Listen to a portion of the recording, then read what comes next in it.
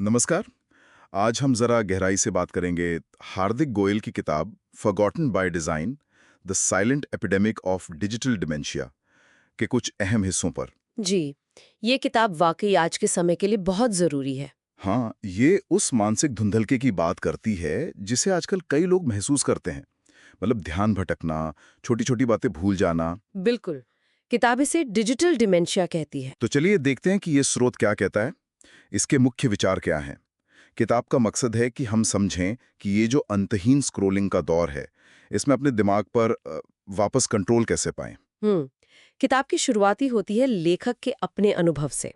उन्हें अपना जन्मदिन याद रखने के लिए गूगल करना पड़ा। अरे, हाँ, और ये सिर्फ आलस नहीं है। ये इशारा है कि शायद हमारा दिमाग, हमारी ये जो डिजिटल आदतें हैं ना, उनकी वजह से बदल रहा है। मतलब रीवायर हो रहा है। सही।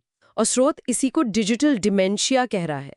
एक तरह की खामोश महामारी जो धीरे धीरे हमारी याददाश्त, हमारे फोकस करने की क्षमता। और यहाँ तक कि वर्तमान में जीने की काबिलियत को भी कम कर रही है। हाँ बिल्कुल। पर देखिए यहाँ दिलचस्प बात यह है कि स्रोत इसे महज एक इत्तिफाक नहीं मानता। वो कहता है कि ये डिजाइन का नतीजा है, सोची समझी डिजाइन का। डिजाइन का मतलब ये कि हमारा ध्यान, अटेंशन अब सिर्फ हमारी एक मानसिक क्षमता नहीं है। ये एक तरह का, क्या कहते हैं, युद्ध का मैदान बन गया है। युद्ध का मैदान। हाँ, बड़ी टेक कंपनियां, ब्रांड्स, इन्फ्लुएंसर्स सब हमारा ध्यान खींचना चाहते हैं।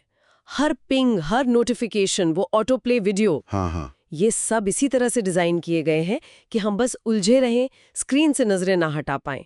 स्रोत में एक आंकड़ा है, वो थोड़ा चौंकाने वाला है अच्छा, क्या?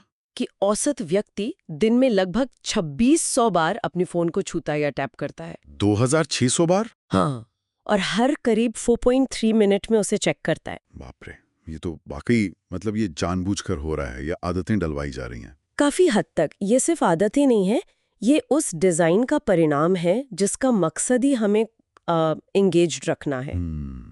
और इसका सीधा असर फिर हमारी याददाश्त पर पड़ रहा है। किताब में एक बहुत गहरी बात है, स्मृति ही पहचान है। बिल्कुल। जब हम अपनी यादें, जैसे कि फोन नंबर याद रखना, रास्ते याद रखना, कहानियां, ये सब काम मशीनों पर अपने फोन पर छोड़ देते हैं, तो अनजाने में हम अपनी पहचान का एक हिस्सा खो रहे होते हैं, है ना? सही कहा, हम अपनी मेमोरी को आउटसोर्स कर रहे हैं। स्रोत ना वो पुरानी भारतीय अवधारणा स्मृति की भी बात करता है। हाँ, मैंने पढ़ा। जहां याद रखना एक बहुत अहम, एक पवित्र चीज मानी जाती थी। वो हमारी पहचान, हमारे कर्तव्यों से जुड़ी थी। और आज हम गूगल पर निर्भर हैं, अपनी मेमोरी पर नहीं। हाँ, जब हम अपनी याददाश्त मशीनों को सौंपते हैं तो हम सच में खुद का एक हिस्सा खो रहे हैं। और जैसे याददाश्त प्रभावित हो रही है, वैसे ही हमारा ध्यान भी। हाँ हाँ, ध्यान की बात भी है। मल्टीटास्किंग, हमें लगता है हम हीरो हैं, एक साथ 10 काम कर लेते हैं। हाँ, ये एक बहुत बड़ा मिथक है जिस पर स्रोत बात करता है, मल्टीटास्किंग का भ्रम। असल में हम एक साथ दो काम करते ही नहीं हैं। हम बस बहुत तेजी से अपना ध्यान एक काम से दूसरे पर शिफ्ट कर रहे होते हैं। अच्छा। हाँ, और स्रोत कहता है कि हर बार जब हम ऐसा करते हैं तो पिछले काम का कुछ, क्या कहते हैं, अटेंशन रेजिड्यू, मतलब ध्यान का कुछ अवशेष। ध्यान का अवशेष। हाँ, वो हमारे दिमाग में रह जाता है एक धुन की तरह। नतीजा, हम व्यस्त तो लगते हैं, बहुत बिजी, पर शायद उतने प्रोडक्टिव नहीं होते। ये तो महसूस होता है कई बार, एक काम से दूसरे पर जाओ तो दिमाग थोड़ा पीछे ही अटका रहता है। खुद से भागने का एक तरीका है। ठहराव से बचना, ये तो सोचने वाली बात है। लेकिन क्या इसका मतलब है कि हमारा दिमाग बस खराब हो गया है, अब कुछ नहीं हो सकता? नहीं नहीं, बिल्कुल नहीं।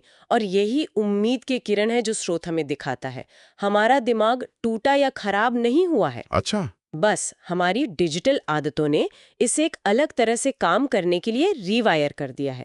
पर अच्छी खबर यह है कि दिमाग में बदलने की, सीखने की जबरदस्त क्षमता होती है, प्लास्टिसिटी जिसे कहते हैं। हाँ, न्यूरोप्लास्टिसिटी। जी, स्रोत कहता है कि हमारा दिमाग असल में चाहता क्या है।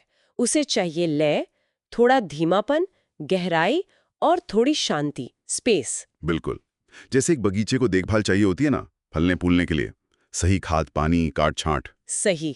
वैसे ही हमारे दिमाग को भी ये जो ध्यान भटकाने वाली चीजें हैं, उन्हें पहचानना, उन्हें कम करना और अपनी यादों को, अपने फोकस को सींचना जरूरी है। उन्हें ताज़ा रखना। तो अगर हम इस स्रोत का सार निकालें तो क्या कहेंगे? ये हमें एक तरह से आईना दिखा रहा है कि हमारी जो रोज की डिजिटल आदतें हैं हाँ, वो अनजाने में ही सही हमारी याददाश्त, हमारे फोकस और यहाँ तक कि हमारी पहचान को भी धीरे धीरे बदल रही हैं। बिल्कुल। और ये कुछ हद तक डिजाइन का हिस्सा है, जैसा हमने बात की, लेकिन हम इसके शिकार बनकर रहने को मजबूर नहीं है। सही कहा। हम जागरूक हो सकते हैं, चुनाव कर सकते हैं। और यहीं पर स्रोत हमें एक बहुत गहरे सवाल के साथ छोड़ता है।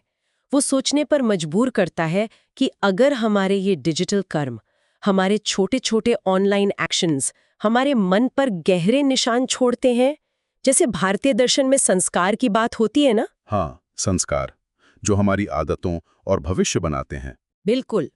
तो अगर ऐसा है, तो हम अभी इस पल अनजाने में कौन से पैटर्न, कौन सी आदतें अपने मन पर लिख रहे हैं? ये तो गहरा सवाल है। और क्या हमारी आत्मा के लिए कोई Ctrl+Z जैसा बटन है, कोई अनडू बटन, जिससे हम इस नुकसान को समझना शुरू कर सके और शायद उसे सुधारना भी?